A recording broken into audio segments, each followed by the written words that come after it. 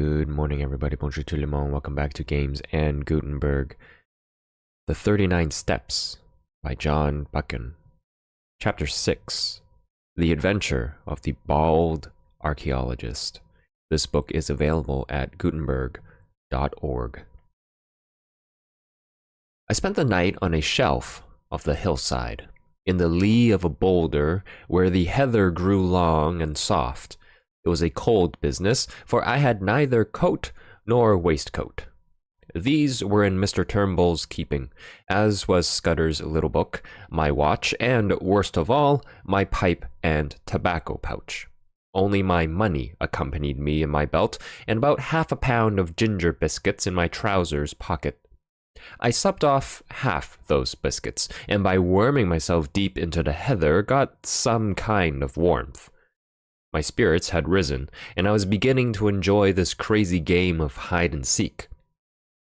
So far, I had been miraculously lucky. The milkman, the literary innkeeper, Sir Harry, the roadman, and the idiotic Marmee were all pieces of undeserved good fortune. Somehow, the first success gave me a feeling that I was going to pull the thing through. My chief trouble was that I was desperately hungry. When a Jew shoots himself in the city and there is an inquest, the newspapers usually report that the deceased was well nourished. I remember thinking that they would not call me well nourished if I broke my neck in a bog hole.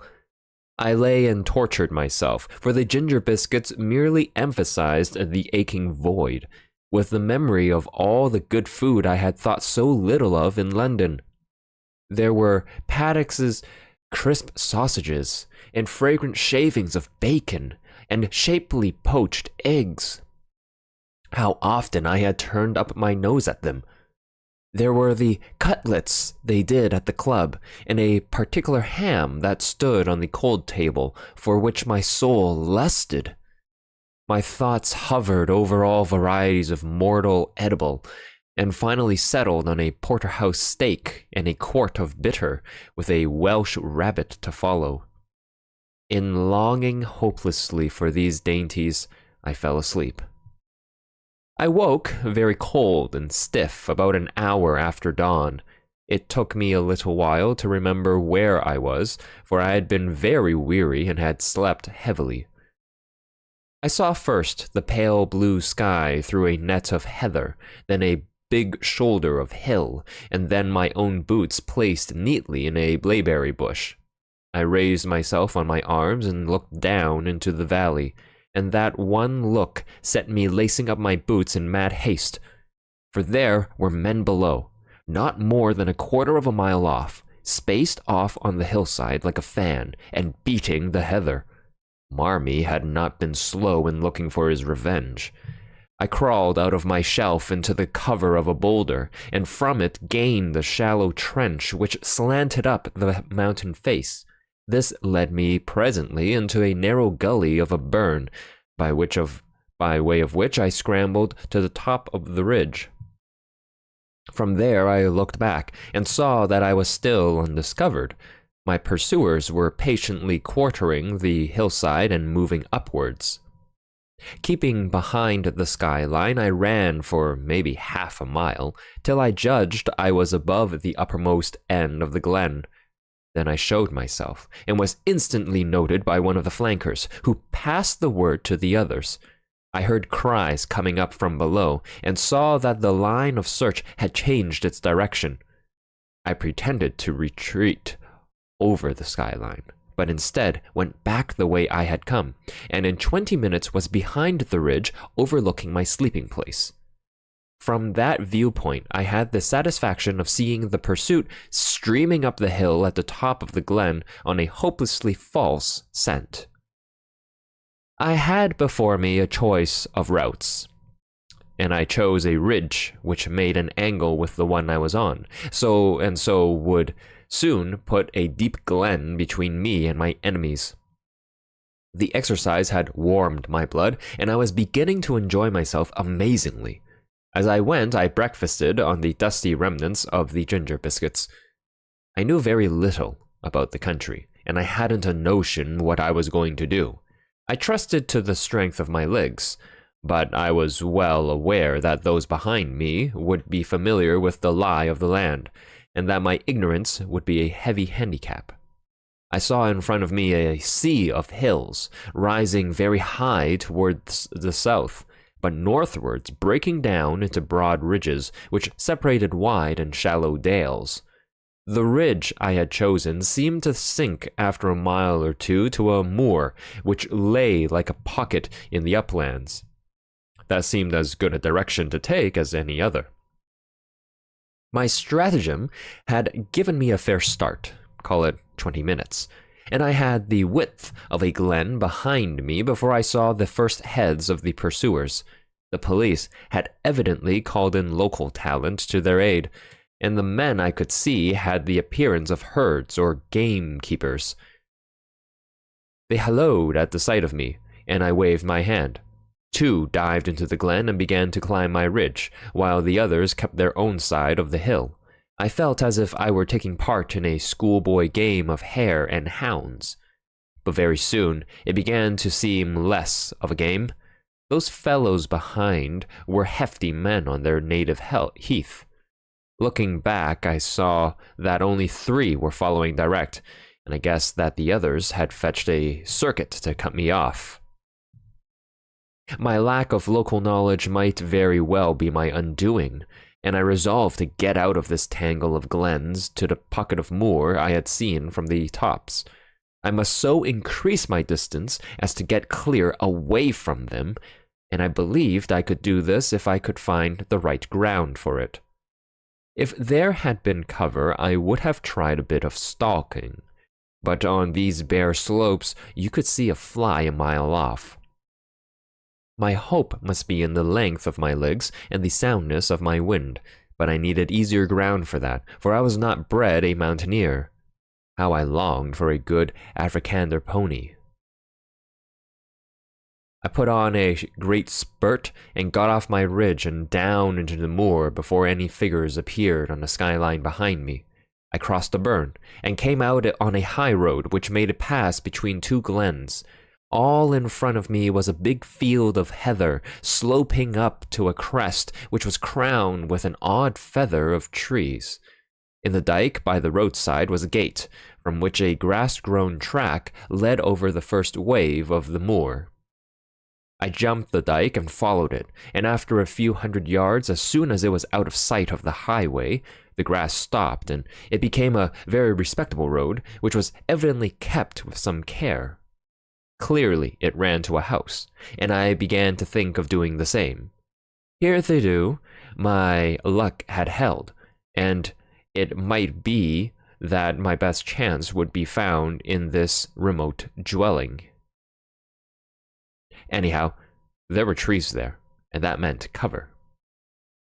I did not follow the road, but the burn side which flanked it on the right, where the bracken grew deep and the high banks made a tolerable screen.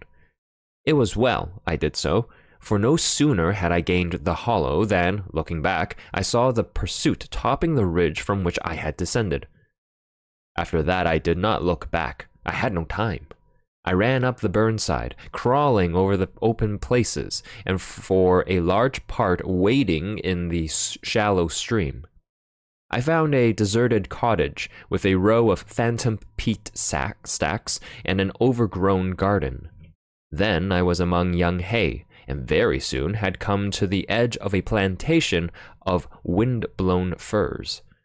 From there I saw the chimneys of the house smoking a few hundred yards to my left. I forsook the burnside, crossed another dike, and almost before I knew was on a rough lawn. A glance back told me that I was well out of sight of the pursuit, which had not yet lifted past the first lift of the moor. The lawn was a very rough place, cut with a scythe instead of a mower, and planted with beds of scrubby rhododendrons. A brace of black game, which are not usually garden birds, rose at my approach. The house before me was the ordinary moorland farm, with a more pretentious whitewashed wing added. Attached to this wing was a glass veranda, and through the glass I saw the face of an elderly gentleman meekly watching me. I stalked over the border of coarse hill gravel and entered the open veranda door. Within was a pleasant room, glass on one side, and on the other a mass of books. More books showed in an inner room. On the floor, instead of tables, stood cases such as you see in a museum, filled with coins and queer stone implements. There was a knee-hole desk in the middle, and seated at it, with some papers and open volumes before him, was the benevolent old gentleman. His face was round and shiny, like Mr. Pickwick's. Big glasses were stuck on the end of his nose, and the top of his head was as bright and bare as a glass bottle. He never moved when I entered, but raised his placid eyebrows and waited on me to speak. It was not an easy job, with about 5 minutes to spare, to tell a stranger who I was and what I wanted and to win his aid. I did not attempt it. There was something about the eye of the man before me, something so keen and knowledgeable that I could not find a word. I simply stared at him and stuttered. "You seem in a hurry, my friend," he said slowly. I nodded towards the window. It gave a prospect across the moor through a gap in the plantation, and revealed certain figures half a mile off straggling through the heather. "Ah, I see," he said, and took up a pair of field glasses through which he patiently scrutinized the figures. "A fugitive from justice, eh? Well, we'll go into the matter at our leisure. Meantime, I object to my privacy being broken in upon by the clumsy rural policeman. Go into my study, and you will see 2 doors facing you. Take the one on the left and close it behind you. You will be perfectly safe." And this extraordinary man took up his pen again. I did as I was bid, and found myself in a little dark chamber which smelt of chemicals, and was lit only by a tiny window high up in the wall. The door had swung behind me with a click like the door of a safe. Once again, I had found an unexpected sanctuary. All the same, I was not comfortable. There was something about the old gentleman which puzzled and rather terrified me. He had been too easy and ready, almost as if he had expected me, and his eyes had been horribly intelligent. No sound came to me in that dark place.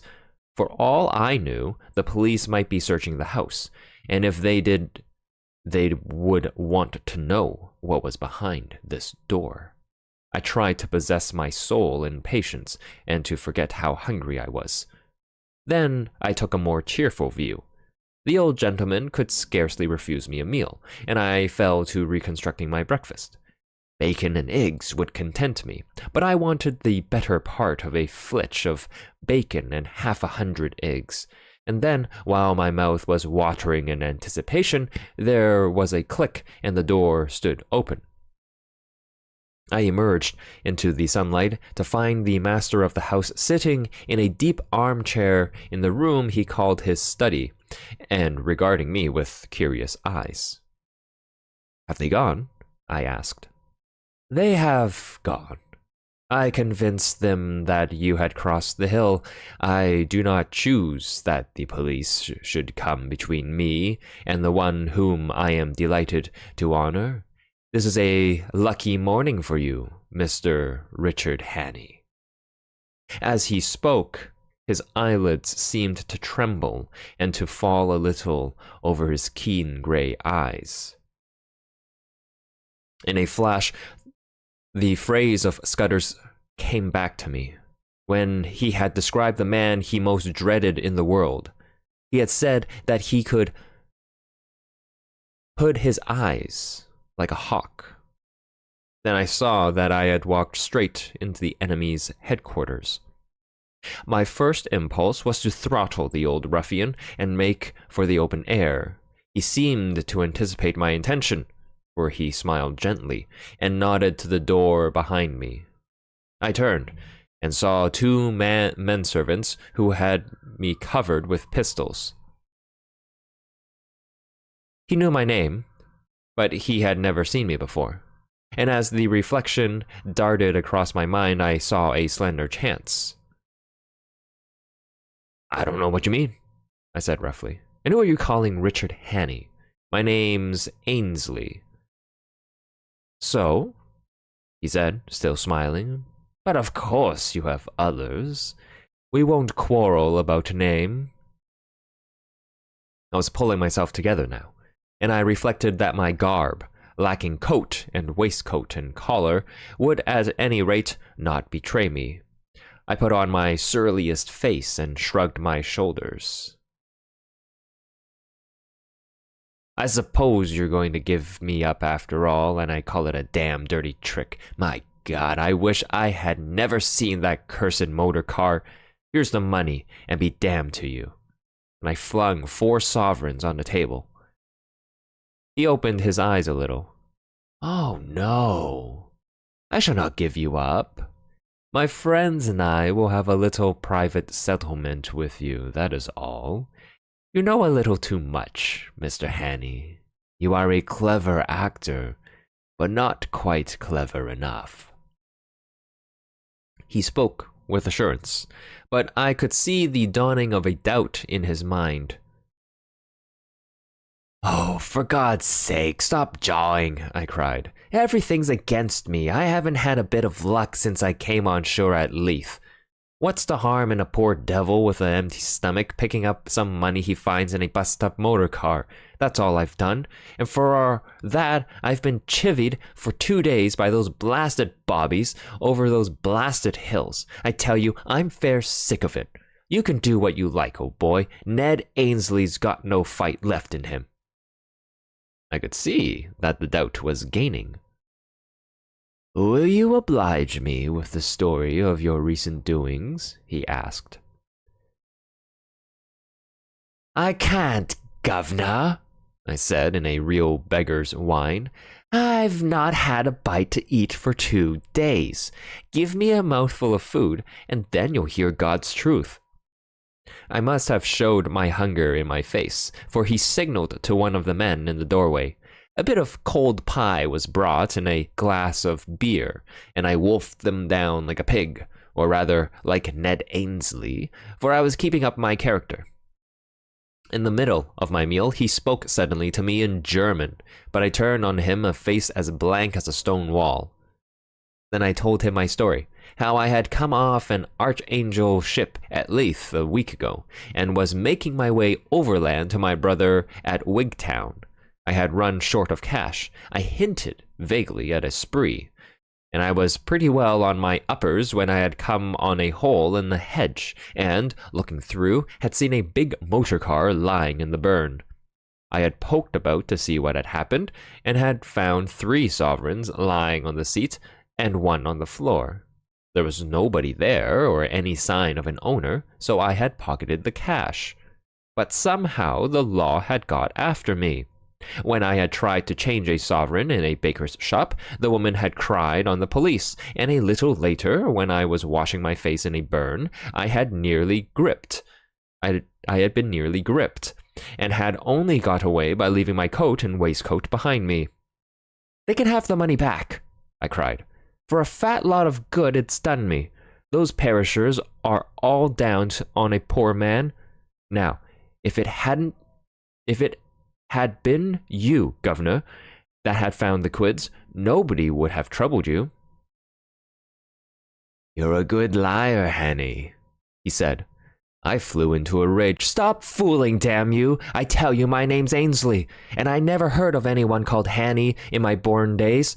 I'd sooner have the police than you with your Hannies and your monkey-faced pistol tricks. No, governor, I beg pardon, I don't mean that. I'm much obliged to you for the grub, and I'll thank you to let me go now the coast's clear." It was obvious that he was badly puzzled. You see, he had never seen me, and my appearance must have altered considerably from the photographs, if he had got one of them. I was pretty smart and well dressed in London, and now I was a regular tramp. I do not propose to let you go. If you are what you say you are, you will soon have a chance of clearing yourself. If you are what I believe you are, I do not think you will see the light much longer. He rang a bell, and a third servant appeared from the veranda. I want the Lanchester in 5 minutes, he said. There will be 3 to luncheon. Then he looked steadily at me, and that was the hardest ordeal of all.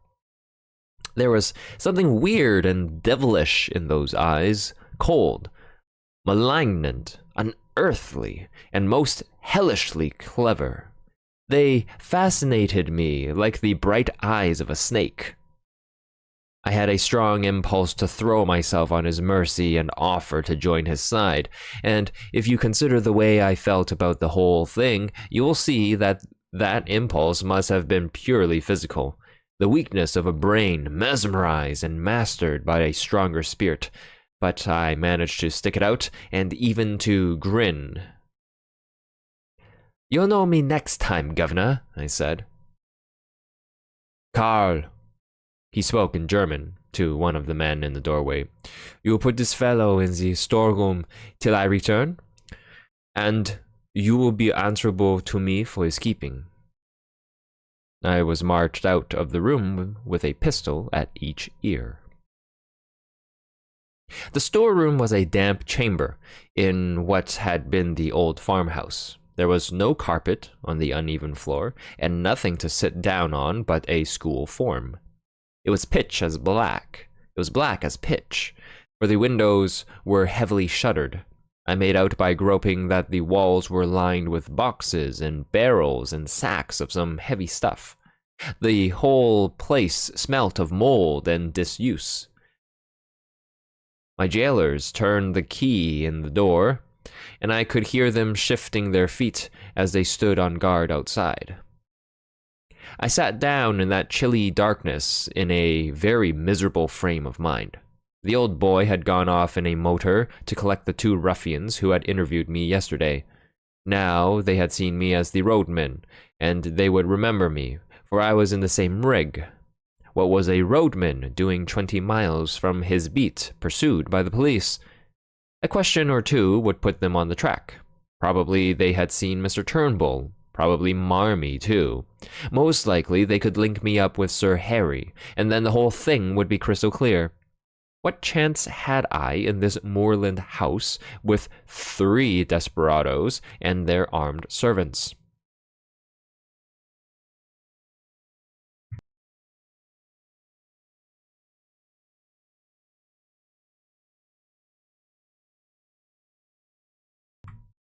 I began to think wistfully of the police, now plodding over the hills after my wraith.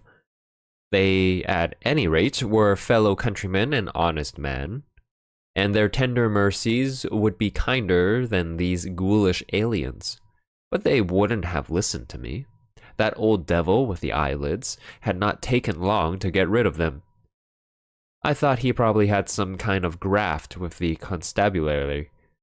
Most likely, he had letters from cabinet ministers saying he was to be given every facility for plotting against Britain. That's the sort of owlish way we run our politics in this jolly old country. The 3 would be back for lunch, so I hadn't more than a couple of hours to wait.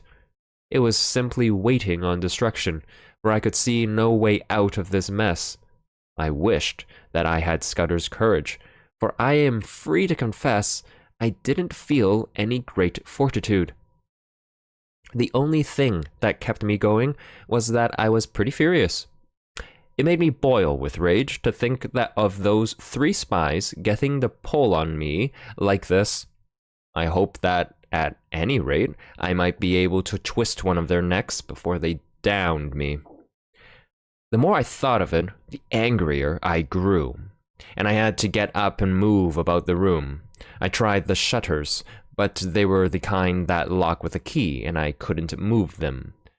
From the outside came the faint clucking of hens in the warm sun. Then I groped among the sacks and boxes. I couldn't open the latter, and the sacks seemed to be full of things like dog biscuits that smelt of cinnamon. But as I circumnavigated the room, I found a handle in the wall which seemed worth investigating. It was the door of a wall cupboard, what they call a press in Scotland, and it was locked. I shook it, and it seemed rather flimsy. For want of something better to do, I put out my strength on that door, getting some purchase on the handle by looping my braces around it. Presently, the thing gave with a crash which I thought would bring in my warders to inquire. I waited for a bit, and then started to explore the cupboard shelves. There was a multitude of queer things there. I found an odd vesta or two in my trouser pockets and struck a light. It was out in a second, but it showed me one thing. There was a little stock of electric torches on one shelf. I picked one up and found it was in working order. With the torch to help me, I investigated further. There were bottles and cases of queer-smelling stuffs, chemicals, no doubt, for experiments.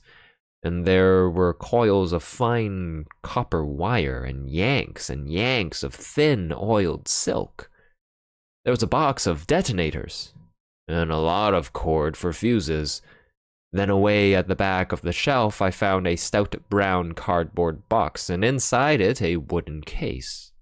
I managed to wrench it open, and within lay half a dozen little gray bricks, each a couple of inches square. I took one up and found that it crumbled easily in my hand. Then I smelt it and put my tongue to it. After that I sat down to think. I hadn't been a mining engineer for nothing, and I knew letonite when I saw it. With one of these bricks, I could blow the house to smithereens. I had used the stuff in Rhodesia and knew its power, but the trouble was that my knowledge wasn't exact. I had forgotten the proper charge and the right way of preparing it, and I wasn't sure about the timing. I had only a vague notion, too, as to its power, for though I had used it, I had not handled it with my own fingers. But it was a chance, the only possible chance.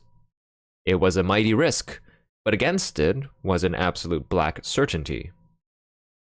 If I used it, the odds were, as I reckoned, about 5 to 1 in favor of my blowing myself into the treetops.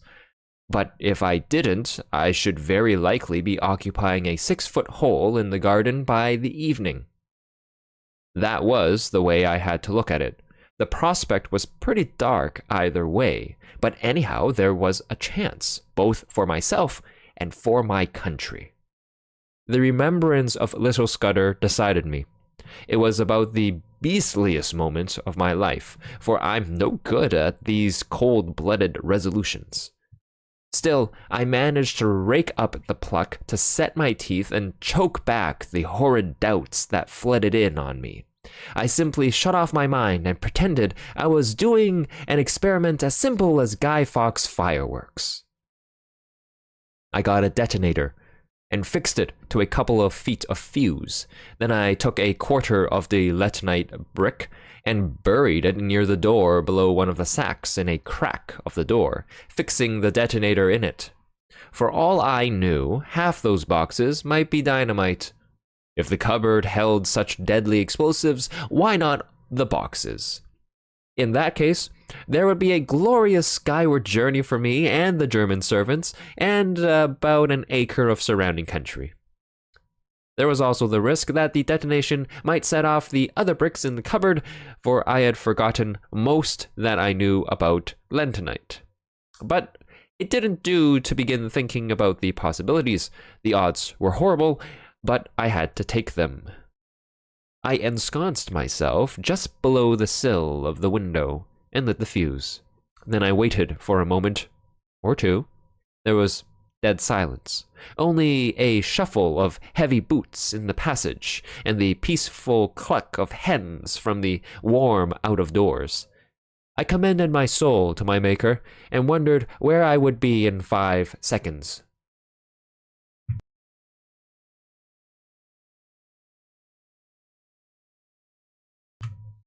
A great wave of heat seemed to surge upwards from the floor and hang for a blistering instant in the air. Then the wall opposite me flashed into a golden yellow and dissolved with a rending thunder that hammered my brain into a pulp. Something dropped on me, catching the point of my left shoulder, and then I think I became unconscious. My stupor can scarcely have lasted beyond a few seconds. I felt myself being choked by thick yellow fumes and struggled out of the debris to my feet. Somewhere behind me I felt fresh air.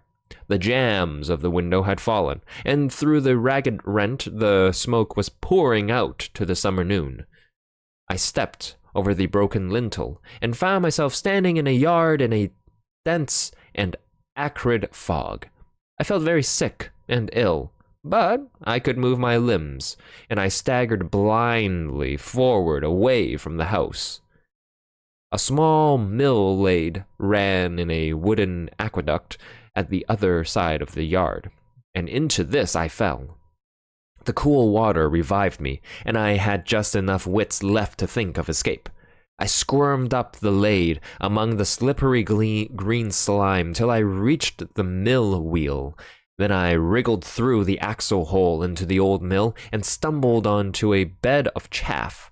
A nail caught the seat of my trousers, and I left a wisp of heather mixture behind me. The mill had been long out of use. The ladders were rotten with age, and in the loft the rats had gnawed great holes in the floor. Nausea shook me, and a wheel in my head kept turning, while my left shoulder and arm seemed to be stricken with the palsy. I looked out of the window and saw a fog still hanging over the house and smoke escaping from an upper window. Please God, I had set the place on fire, for I could hear confused cries coming from the other side. But I had no time to linger, since this mill was obviously a bad hiding place. Anyone looking for me would naturally follow the lade, and I made certain the search would begin as soon as they found that my body was not in the storeroom. From another window I saw that on the far side of the mill stood an old stove dovecote. If I could get there without leaving tracks, I might find a hiding place. For I argued that my enemies, if they thought I could move, would conclude I had made for open country, and would go seeking me on the moor.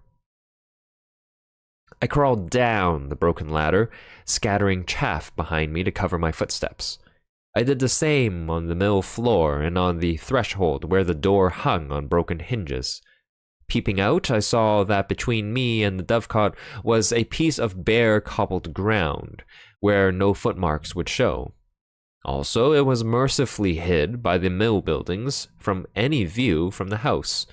I slipped across the space, got to the back of the dovecot, and prospected a way of ascent. That was one of the hardest jobs I ever took on. My shoulder and arm ached like hell, and I was so sick and giddy that I was always on the verge of falling, but I managed it somehow. By the use of out-jutting stones and gaps in the masonry and a tough ivy root, I got to the top in the end. There was a little parapet behind which I found space to lie down. Then I proceeded to go off into an old-fashioned swoon. I woke with a burning head and the sun glaring in my face. For a long time I lay motionless, for those horrible fumes seemed to have loosened my joints and dulled my brain. Sounds came to me from the house, men speaking throatily and the throbbing of a stationary car. There was a little gap in the parapet to which I wriggled, and from which I had some sort of prospect of the yard. I saw figures come out, a servant with his head bound up, and then a younger man in knickerbockers. They were looking for something, and moved towards the mill. Then one of them caught sight of the wisp of cloth in a nail and cried out to the other. They both went back to the house and brought two more to look at it. I saw the rotund figure of my late captor, and I thought I made out the man with the lisp. I noticed that all had pistols. For half an hour they ransacked the mill. I could hear them kicking over the barrels and pulling up the rotten planking. Then they came outside and stood just below the dovecot, arguing fiercely. The servant with the bandage was being soundly rated. I heard them fiddling with the door of the dovecote, and for one horrid moment I fancied they were coming up. Then they thought better of it and went back to the house. All that long, blistering afternoon, I lay baking on the rooftop. Thirst was my chief torment. My tongue was like a stick, and to make it worse, I could hear the cool drip of water from the mill lade. I watched the course of the little stream as it came in from the moor, and my fancy followed it to the top of the glen, where it must issue from an icy fountain fringed with cool ferns and mosses. I would have given £1,000 to plunge my face into that. I had a fine prospect of the whole ring of moorland. I saw the car speed away with 2 occupants and a man on a hill pony riding east. I judged they were looking for me, and I wished them joy of their quest. But I saw something else more interesting. The house stood almost on a summit of a swell of moorland, which crowned a sort of plateau, and there was no higher point nearer than the big hills 6 miles off. The actual summit, as I have mentioned, was a biggish clump of trees, firs mostly, with a few ashes and beeches. On the dovecot, I was almost on a level with the treetops, and could see what lay beyond. The wood was not solid, but only a ring, and inside was an oval of green turf, for all the world like a big cricket field. I didn't take long to guess what it was. It was an aerodrome, and a secret one. The place had been most cunningly chosen. For suppose anyone were watching an aeroplane descending here, he would think it had gone over the hill beyond the trees, as the place was on top of a rise in the midst of a big amphitheater. Any observer from any direction would conclude it had passed out of view behind the hill. Only a man very close at hand would realize that the aeroplane had not gone over, but had descended in the midst of the wood. An observer with a telescope on one of the higher hills might have discovered the truth, but only herds went there, and herds do not carry spyglasses. When I looked from the dovecot, I could see far away a blue line, which I knew was the sea, and I grew furious to think that our enemies had this secret conning tower to rake our waterways. Then I reflected that if that aeroplane came back, the chances were 10 to 1 that I would be discovered. So through the afternoon, I lay and prayed for the coming of darkness, and glad I was when the sun went down over the big western hills and the twilight haze crept over the moor. The aeroplane was late. The gloaming was far advanced when I heard the beat of wings and saw it volplaning downward to its home in the wood. Lights twinkled for a bit, and there was much coming and going from the house. Then the dark fell, and silence. Thank God it was a black night. The moon was well on its last quarter and would not rise till late. My thirst was too great to allow me to tarry, so about 9 o'clock, so far as I could judge, I started to descend. It wasn't easy. and halfway down I heard the back door of the house open and saw the gleam of a lantern against the mill wall. For some agonizing minutes I hung by the ivy and prayed that whoever it was would not come round by the dovecot. Then the light disappeared, and I dropped as softly as I could on to the hard soil of the yard. I crawled on my belly in the lee of a stone dike till I reached the fringe of trees which surrounded the house. If I had known how to do it, I would have tried to put that aeroplane out of action, but I realized that any attempt would probably be futile.